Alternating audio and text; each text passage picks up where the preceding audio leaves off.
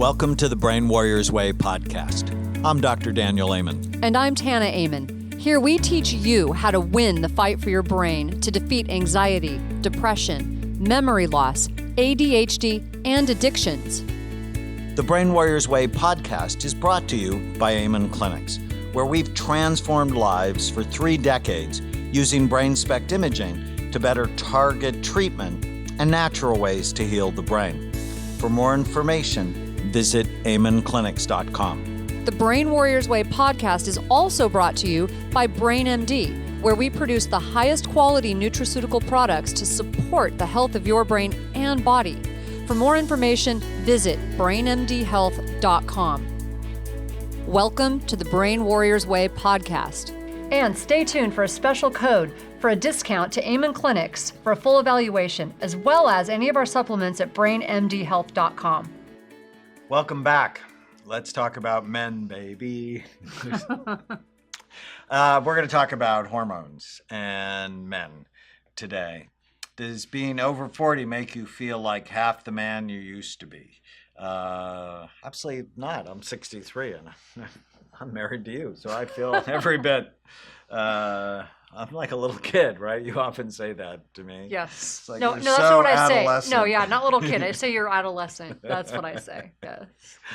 You remind me of a teenage boy. Yes. Well, it's because I married my fantasy girl. So what happens? So menopause it's common. Everybody talks about it. Well, it's so obvious. It's not like we can get away with like anyone not talking about it. But with men, it's a little more subtle. Right. Men usually don't we have call hot it flashes. manopause, right? Well, that's what menopause does. Puts men on pause? Puts men on pause. Did you say there's this one study that going through menopause actually reshapes a woman's brain? Yes, so very she's interesting. Not as caring? Well, this is really interesting. So I know we're here talking about men, but so for the longest time we thought that it was men filing divorce at that, because that's most divorces happen at that age. But it's not, it's women. 75% of divorce when it's filed is filed by a woman. At that age. So usually it's around that age. And here's what happens. So women's brains rewire themselves 3 times in life. Once when she hits puberty, right? Then they dramatically rewire when she has a baby. Now I can attest to this. Like you become a totally different person after you have a baby. You become much more protective, right? Like you had a big job and you were going I back was no to your way big going job. to be a stay-at-home mom. Not a chance, not a chance. I had a nanny lined up. I was the least likely of all my friends to be a stay-at-home mom. And then all of a sudden I took one look at this baby and I'm like, yeah, I'll sell my house. I will do whatever it takes. There's no way I'm leaving this kid. Like it was like, and I became so incredibly protective. Like, and most moms I know can attest to this. It's like you will jump in front of a bus or rip someone's head off. Like I'll rip your heart out of your chest if you touch my child. It's just like one of those weird, it's weird. It's just, I can't explain it. But that's a biological thing that happens. We are hardwired for that to happen because that's how we keep our babies on the planet, right? We keep the species going by being super protective, and our brains rewire once we have a baby. And I didn't used to be like that. I didn't used to be super hyper protective like that because it was just me. I was like, whatever. So now all of a sudden you've got this creature you're taking care of. So during the Creature's sort of a good term. Right. So while you have kids in the nest, those are your, maternal years, before you hit menopause, women's brains are wired to do whatever it takes to pretty much keep their nest intact for the most part. Okay, so they're generally, usually what we're wired to do is keep our nest intact. So we'll put up with more than what we put up with in a lot of areas of our lives because the goal is to raise a healthy family and keep our nest intact, protect our children. So that is what we do. And so you'll find yourself biting your tongue, you're more patient, you're more tolerant, you do whatever it takes. And then something really crazy happens, and this was not discovered all that long ago, so we now sort of understand a little better. Women going through menopause, their brains rewire again. So all of a sudden her little birds fly the nest, right? Right about the same time she's going through menopause, typically. Now it's getting a little later now, but typically right around the time that her kids are leaving, she's now going through menopause. Her brain starts to rewire. Her hormones are what causes that is her hormonal shift. So that hormonal shift now, she's not estrogen dominant anymore. right? Her progesterone is dropping like crazy. So guess what's dominant? Testosterone. She's more testosterone dominant. It's not that testosterone goes up, it's just that it's the more dominant hormone. So as the others drop and the testosterone is more dominant, and she's not wired to protect the nest anymore because the nest is pretty much empty, she's going to say what's on her mind. And all of a sudden, So she has less empathy. Way less empathy. But she's also not more sexual. She's not more sexual. In fact, which is odd because as testosterone goes up, no, it doesn't go up. It doesn't go up. It just becomes more dominant. What was there is more outward. She's more like so. But what happens is, it's so interesting because she's going to say what's on her mind, but she also becomes more focused on herself. All those years of, it's not about me. It's not about me. So it becomes about me. Everything to take care of other people. And now it's about me. And then it changes, and the poor guy whose testosterone level is going down. And she's like, to hell with you. Is like, what happened? And she's like, go to hell. So if it hasn't been good. Now, if your marriage is strong, that's an extreme. I'm painting the extreme to sort of like point out what's going on. If your marriage is strong, yeah, I don't think you need to worry, because I think here's part of the answer. Number one, you have a strong marriage going in, right? Because most people don't want this to happen. This isn't what we wake up thinking we want to have happen in our lives. Divorce is expensive. It's not fun. But nobody thinks about hormones when you fell in love at one stage in life, when your hormones are all, percolating and healthy, and then all of a sudden they begin to change. And we should dramatically. But we should be. But we should be. Right. No question about it. So I did. Now, I had an extreme situation. I had to, right? I sort of like looked like a guy, thought like a guy, like I was super muscular. I didn't have a choice. But so that's a whole different story. You've told that story already. But anyways. I don't think we've told it on the podcast. I think we have, but we can tell it another time. So the bottom line is this. Change your hormones, change your dog. Okay. Now you're confusing them. The bottom line is you should be thinking about your hormones. We don't want families to fall apart. So by understanding them, like I get my hormones balanced. I am a fan of it. Okay, not everyone can, not everyone wants to, but if you're not going to understand the things you can do that make it better, diet, exercise, right? Some natural All right, so we're talking methods. About male hormones now. Right. So they drop not as precipitously right. all at once, but there's this sort of long downhill march starting maybe at 40. Right. And then by the time you're 60, for many men, if they're not taking care of themselves, that their testosterone level, so normal range is like 350 to 1100. Mm-hmm. And, I see many people who are under 200 mm-hmm. and they have no energy. They can't remember things. They're depressed. They're overweight. And they go, oh, well, that's aging. When we did our show together, Brain Fit 50 Ways to Grow Your Brain, I asked you the question, so why do hormones drop with age? You remember the answer? Yeah, it's the planet's way to get you off of to get rid of you, to make room. They're making room. And I don't know about you, but I'm not okay with that. I just had mine tested, and I don't take testosterone, but it was like 700. Now, you don't want it too high. I've seen a lot of men, they're taking because then your marriage is definitely going to fall apart. Supplements, and their levels at 15, and I'm like 1500, and I'm like, you don't want it at 1500 because your empathy goes down and your libido goes up, which is the but you're much more likely for divorce. Right, you're much more likely to cheat and be aggressive. That doesn't mean you will, but you have a higher chance of it for sure. Right. And so what are the things men can do to keep their hormones healthy? First thing, get rid of sugar. Well, first thing is test them. Yeah, well, yeah. You got to test them on a regular basis. We think you should test them every year. But if it's not healthy, the first thing you want to do is change your diet, getting rid of sugar and simple carbs. So why does that? Because when you eat simple and sugar carbs, it actually tanks your testosterone. So very interesting. For women, it does the opposite. It can actually exacerbate something called polycystic ovarian syndrome, which causes testosterone to go up to an unhealthy level for women. But in men, it causes testosterone to drop. So that's why when the paleo diet came out, men loved it so much. It was one of the few diet programs that caught on bigger for men than for women because they saw their bodies change and their like libidos go up. Right. So if you get rid of sugar, and there's actually one study that showed if you got a sugar burst, it dropped your testosterone by 50%. And I remember putting it in one of my shows. I'm like, oh, great. Go to the Cheesecake Factory, share the cheesecake. No one is going to get dessert when they get home. Right. Which is interesting because for women, you give them a little bit of carbs and their serotonin, they get a little, you know, a little warm and fuzzy. But with men, chocolate. Not give at them all. Chocolate. Yeah. So side note, this is a tip for you staying with us at the Brain Warriors Way. Chocolate has something in it called PEA, phenylethylamines, which alert your brainstem that something fun is about to happen. Now, only give her one piece of chocolate. If you give her the whole box, she will have no need for you because all the fun will have happened. So, yes. All right.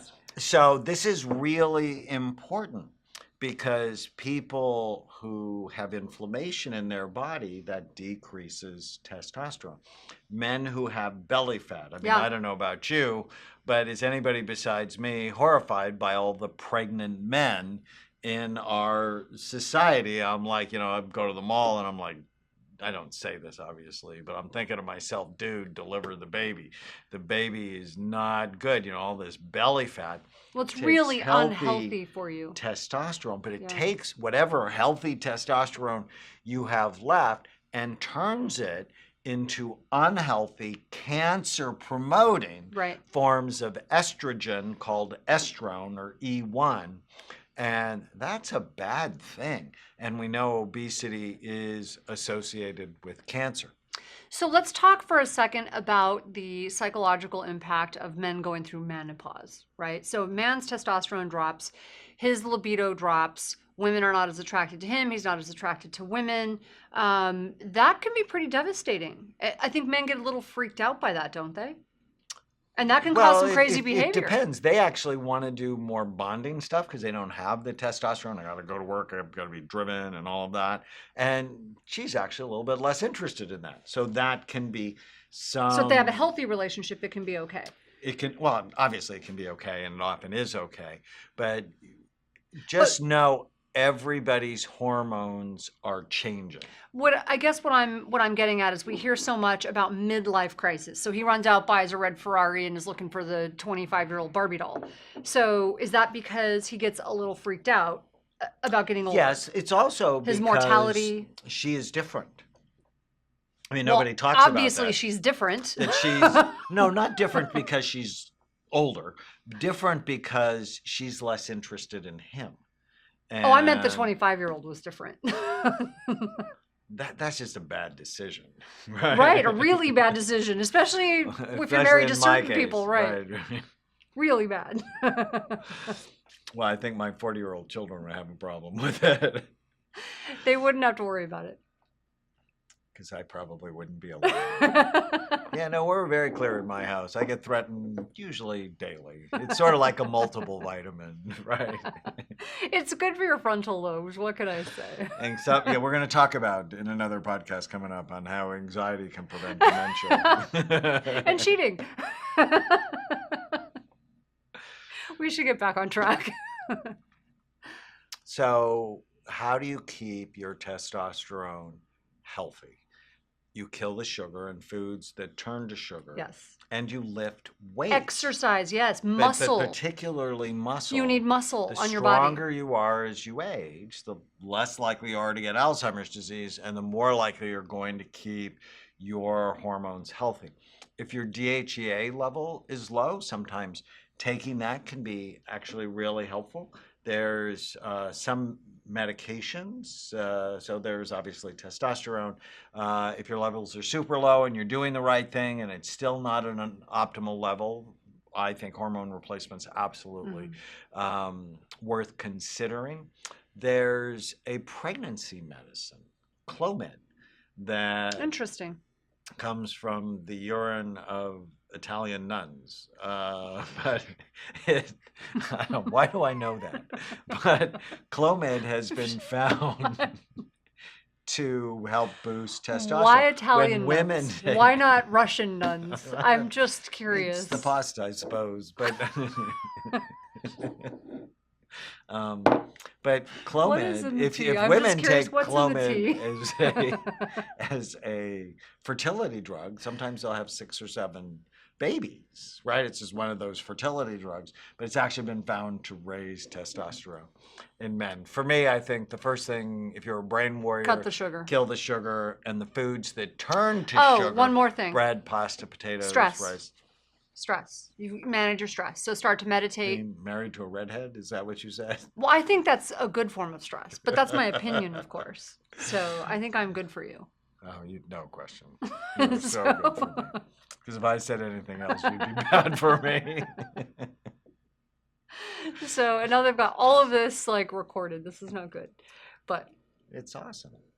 anyways, so yeah, so you need to manage your stress because stress, when you increase stress hormones, decreases your testosterone. Not good. And one more tip, environmental toxins. Oh, yeah. So you have to start scanning your personal products. Read the labels, look at things like phthalates and parabens and BPAs and fragrance. All of those are called endocrine disruptors. What's an endocrine disruptor? Something that disrupts your hormones. So you never fully answered my question about men who, when you said, yes, it's a bad decision, men who go through that midlife crisis thing. So why do they do that? Is that just sort of, is that a psychological aspect of menopause? It's, well, what I think, having been a psychiatrist forever, is when you hit 45, you begin to have a lot of people die in your life. Right. So you mortality. begin to have either your mom die or your grandparents die or even a friend of yours dies of cancer. And you begin to go, is this all there is? Okay. And so you know you're going to die. So when you're teenagers, obviously you think you're never going to die. You really don't think about it much in your 20s. In your 30s, you're generating. In your 40s, your career is sort of settling down a little bit. And then you're like, is this all there is? And as testosterone levels are going lower, you're a little bit more depressed. Your energy's not quite as good, and you're looking for a dopamine burst. And the 25-year-old will give you that, along with all sorts of other things that you may not want. And I'm not picking on 25-year-olds. I mean, you know, there are so many wonderful 25-year-olds, but that you're clearly doing things that will disrupt your own character. Yeah, it really has your less own to do. morals. It really has a lot less to do with the person you pick than it does with your bad decisions. Right. Right. So, okay, I was just curious. So it's really a lot deeper than just your testosterone dropping. That's It's what I all was about curious about. men, baby. All right. Stay with us.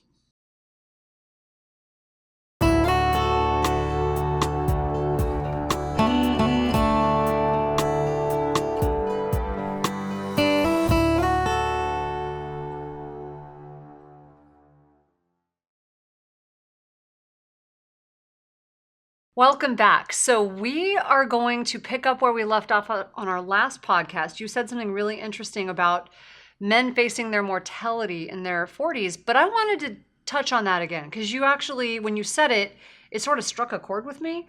And in fact, it reminded me of something someone just wrote to me on Facebook. She was asking me how I dealt with my cancer treatments because she was just diagnosed with cancer, and she wanted to know what I did to deal with it so well.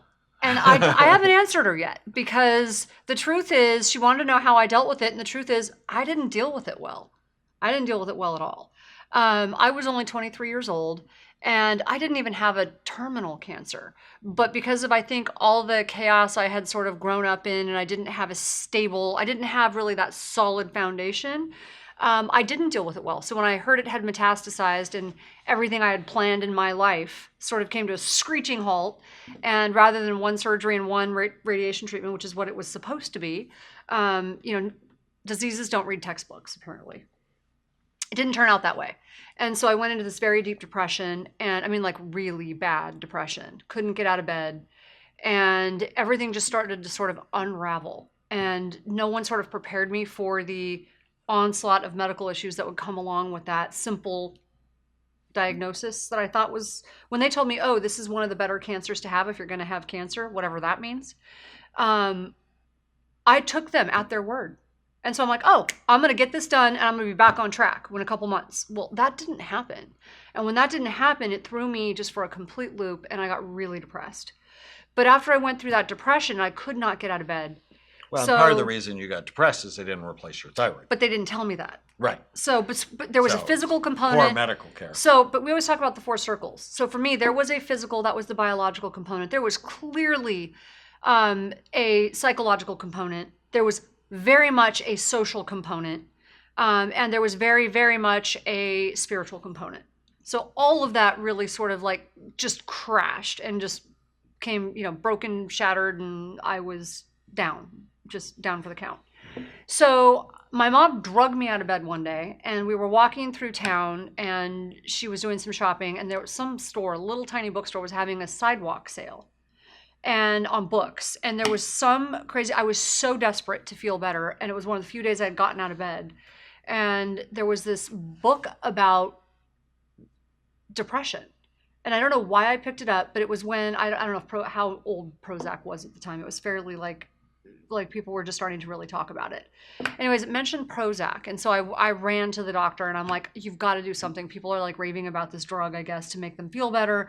I can't take this anymore. If I were suicidal, I would have killed myself by now, but I can't do that. So I just keep praying that I will die. And so never asked me any questions about my health, never did anything. Just put me on Prozac. He's like, okay, and wrote me a prescription for Prozac. And it was the worst thing they could have ever done. So I felt better within like just a very short time. I felt better, but I didn't feel anything. I just felt numb. And so it was a weird feeling. I can't sort of explain it. Yeah, I didn't want to die anymore, but I also didn't feel much of anything. I don't know if that makes sense. When you became a little bit more impulsive. I was very impulsive. So, and I had never been impulsive. I was very anxious. I was a very anxious person. So like never like. I've seen it disinhibit people. Yeah. So for about 6 to 8 months, I found myself like just sort of doing things that I wouldn't normally do, saying things I wouldn't normally say. Like even just being mean to someone. And I was like, that's not me. I wouldn't normally do that. Like I'm not, just like sort of just icky. I just wasn't me. I could tell that I was doing it, but I didn't know what to do about it. And I remember going to the doctor and saying, this isn't right. Like I need to probably go off of this. I need to do something to feel better, but I can't do this. And they're like, oh, it's because you're not taking enough. So they doubled the dose. And so I did that for about another month. And then I'm like, okay, I can't do this anymore. So I took myself off of it.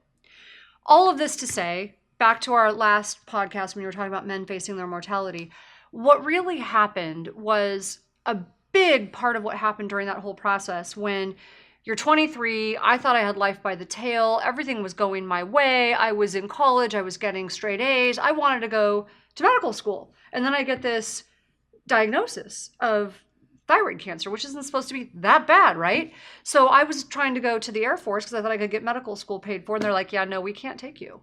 And that was devastating. And then it was just like one thing after another just sort of got shot down. And I realized, I'm like, this cancer keeps coming back. That was sort of me facing my mortality. It occurred to me that like, it's cancer. Like it actually is cancer. Because at first when they told me, I was like, it's not really that big of a deal. And you tell the story often when you tell your story that you had been attacked when you were 15. Right. And you learned to fight, and now the attacker was inside. But this was so much worse. It was so much worse. And you learned. A street fight lasts for a couple minutes, and yes, the effects last a long time. But you can learn to fight if you want to. This took me a lot to learn how to fight back. Well, it's one of the reasons you're a brain warrior. Right. Now, how do we help people face their mortality? All of us die. And some cultures, they are grateful for that. Right. And they want death in the right way. And when you if people seen Grumpy Old Men, I know that dates me, but Walter Matthau and Jack Lemmon is a fabulous movie. And they talk about how all of their friends, their older guys, are dying and how they want to die. Right. It has to do with your belief system. Yes. About, well, what happens after I die? So why am I here on the planet? Am I here by random chance? You know, that it all happened by an unintelligent creator, if you will. And when I'm dead, that's it. I go on through my kids or my grandkids, which for many people is scary. Or is there something afterwards? And when I was 21, I was 21. I read a book by Ray Moody. It's called Life After Life. My mom read that. It's a book about people who have near-death experiences. And, well, what happens in that in-between state when you're medically dead, but then you're brought back? And there is incredible similarities between what happens to people. And for whatever reason, for me, it gave me a sense of peace about death. I mean, I've always, been a religious person, a spiritual person. And so it's just part of who I am that I don't think this is it. But that sort of matters, I think, for a lot of people. Yeah, and I think everybody handles it differently, and probably me saying this is going to upset some of our listeners, and that's okay, because you're going to handle it your own way. But I was very young and struggling a lot. But when this all happened to me, I took myself off the medication, and I just knew something had to change. I didn't know what had to change. I was really searching.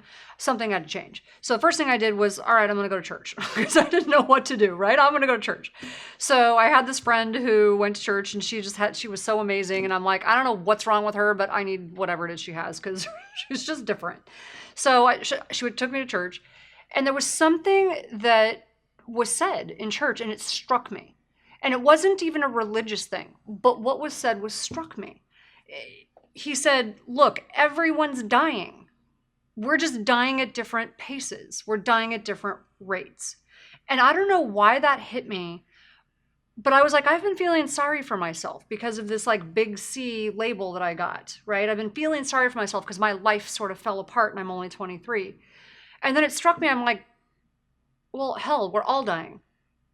My number just like got called a little earlier, and it didn't really get called. It just was a wake-up call.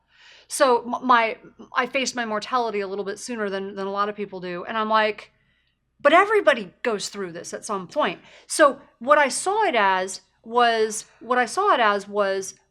almost a gift in that moment. Because I'm like, by me being able to see this early, I can do something important earlier. So right. That you can live more in the moment, because you never know how many moments you're going to have. I made a decision. And people go, oh, well, this isn't fair. But babies dying isn't fair. When I was an intern at Walter Reed and I was on the oncology ward and a 16-year-old boy I was taking care of died, okay, that's not fair. No, I used to sit as a nurse with this little 16-month-old in my lap every day charting, and I came in one day and he wasn't there. That's not fair. Okay, I can't explain it. But as you often say, fair is a place with bad food and farm animals. I don't know why stuff happens, but I do know we can make sense of it in our own way and we can use it for good. But what happened was, when that happened for me, I made a decision in that moment. I don't know why this is, but I'm going to use it somehow for good. I knew I would write a book. I told myself I was going to do something to use whatever tragedy had happened. And speaking about things, my own ickiness was hard, but I knew at some point I was going to try to help people with it. And so facing your mortality is hard, but I think if you can turn the pain to purpose, it's a really important thing. So however you do it, finding a way to turn pain into purpose. And then if you know you're going to die, this moment that you're in right now while you're listening to this, it becomes more special. It becomes more important. And you and I often say to each other when we're fussing about whatever, does this have eternal value? will this matter in the grand scheme of things? Right. And it helps you be more present. And that's what we would want for you. Now, clearly, there are things that you can do to bring on your early death by not paying attention to your health. But if you love your life, if you love your wife or your husband and your mission, it's the whole reason we created the Brain Warriors Way, because we know it's a war, but like with all warriors, we also know everybody's going to die. And so what's my life going to be between now and them? And I living in a way that is purposeful. Yeah, and I'll leave you with this story. What really sort of might bring this home is, you've often told the story in a different context, but when I was working on the ICU unit and the one surgeon who smoked came in and I was eating my healthy lunch I had packed, and he's like, all that healthy eating is only going to add, an extra few years to your life. And he was overweight and he smoked, and I'm like, I'm sorry, have you looked around the unit lately? We've got people on dialysis, we've got people on ventilators, we've got people, we've got these horrible illnesses, we've got people in comas that we are keeping alive with these artificial methods. I'm like, the number of years that I live is not the point. The quality of the time that I have left and what I do with it, that is the point. Right. So it's not lifespan, it's health span. Yes. Stay with us.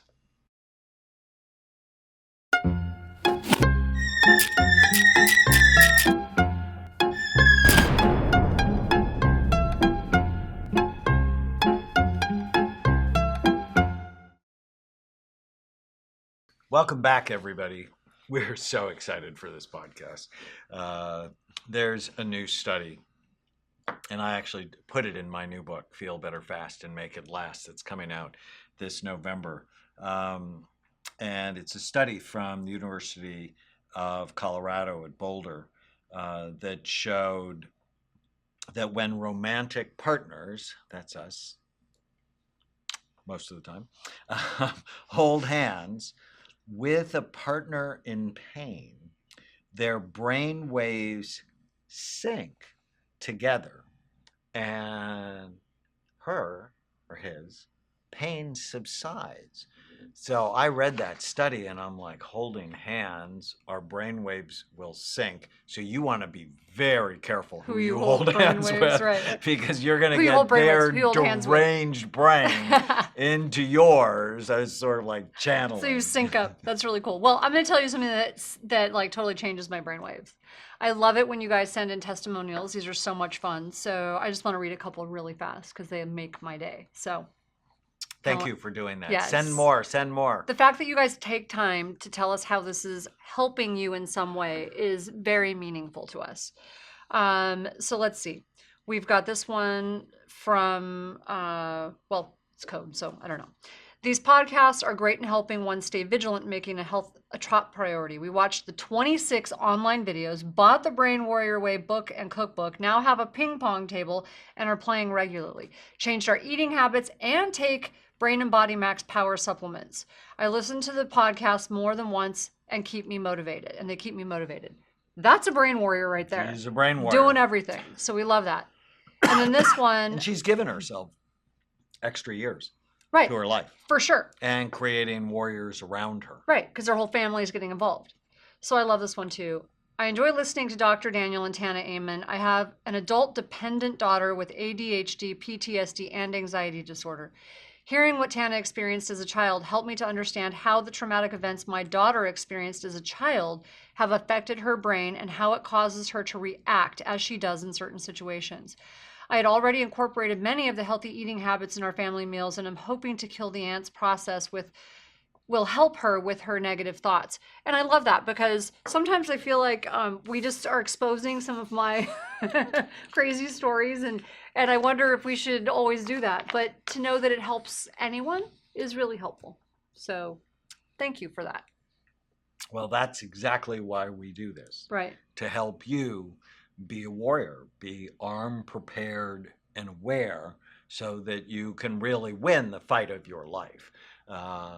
and that is keeping your brain healthy throughout life so you will love your life and your wife and your kids with the best brain possible. Yes. Because with a healthy brain comes a healthy life.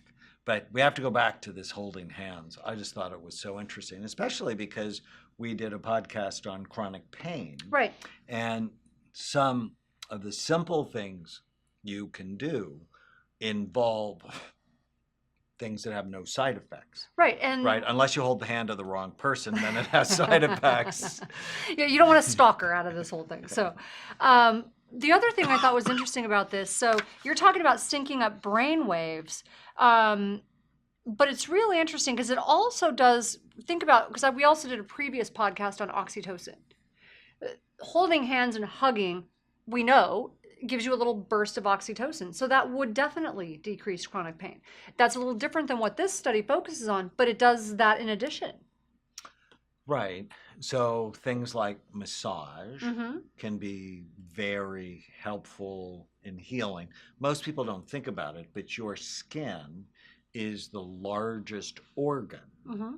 of your body. And it has nerve cells to, I mean, all of your skin has nerve cells that go to your brain, to many different areas of your brain. That's one of the reasons that acupuncture Right. works and acupressure Mm-hmm. works.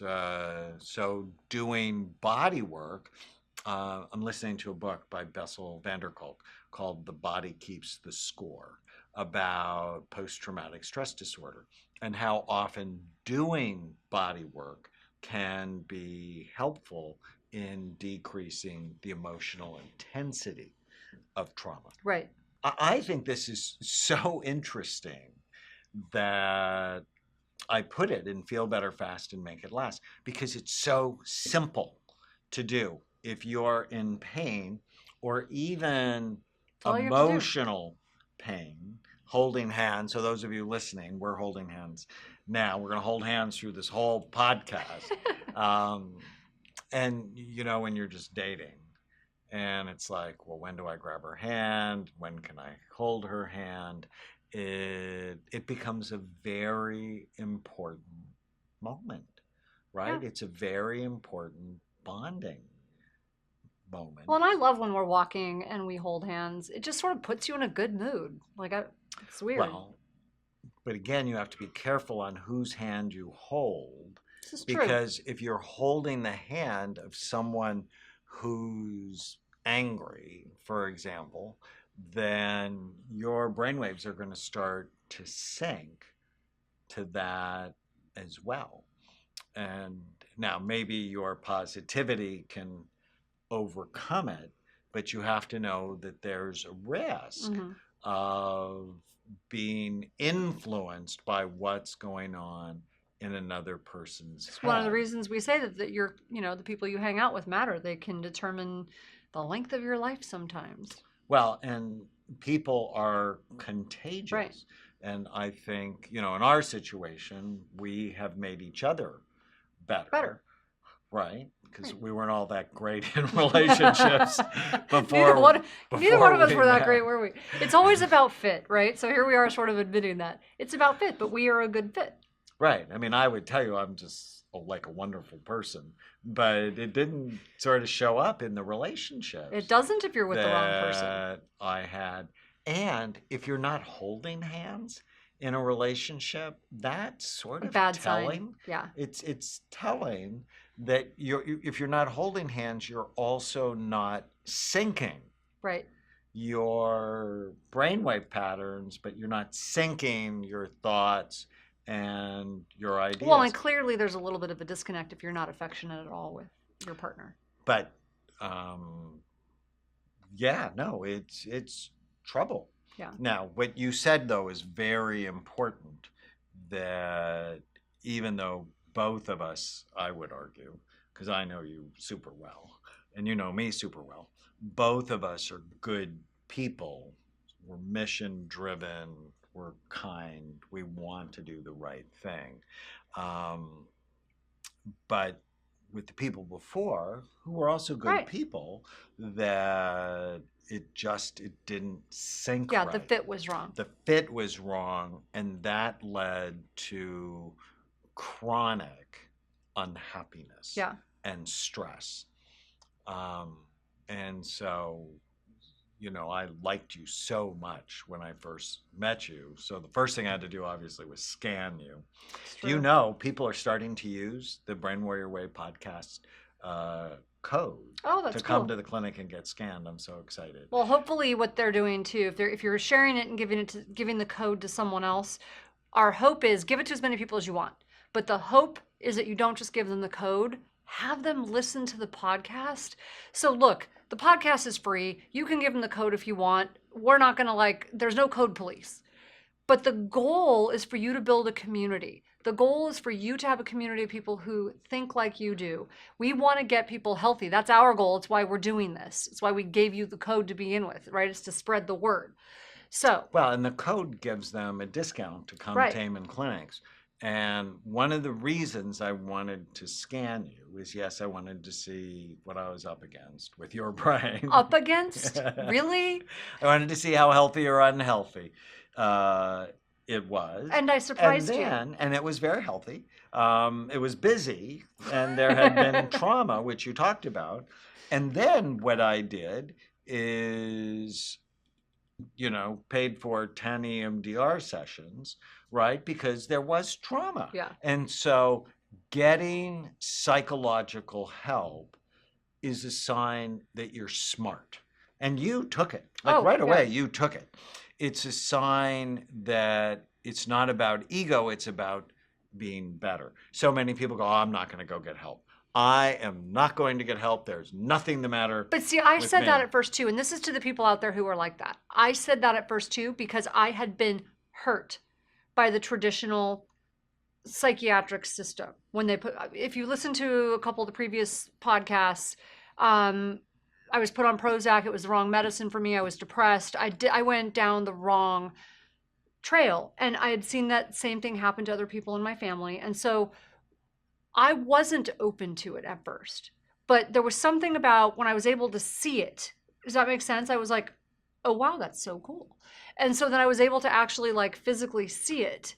There was something different about that for me. Right. And I was a neurosurgical ICU nurse, so that sort of made sense. Well, and what made sense to you is I often say nobody wants to see a psychiatrist. You didn't even want to date one. No, No did not. one wants to be labeled as defective or crazy or abnormal. When in fact we think most of them are a little bit off. So, but everybody, including you, wanted a better brain. So what if mental health is really brain health?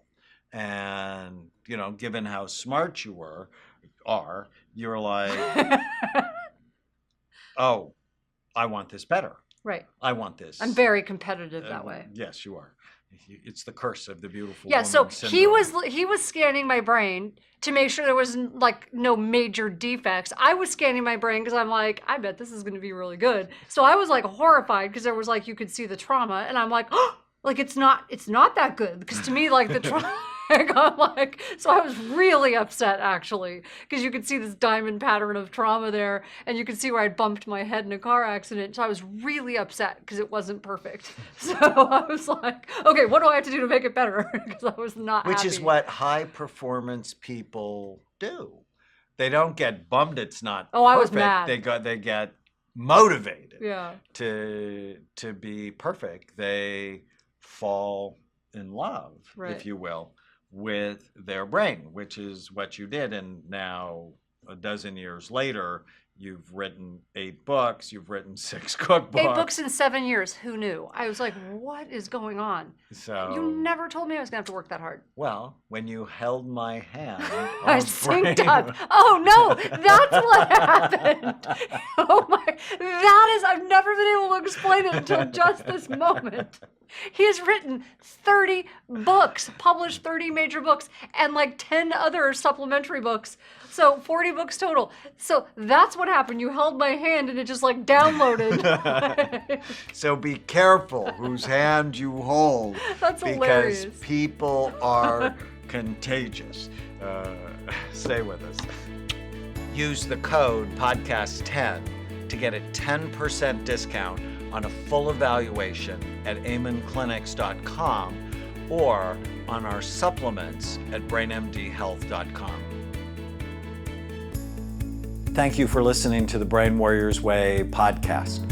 Go to iTunes and leave a review, and you'll automatically be entered into a drawing to get a free signed copy of the Brain Warriors Way and the Brain Warriors Way cookbook we give away every month.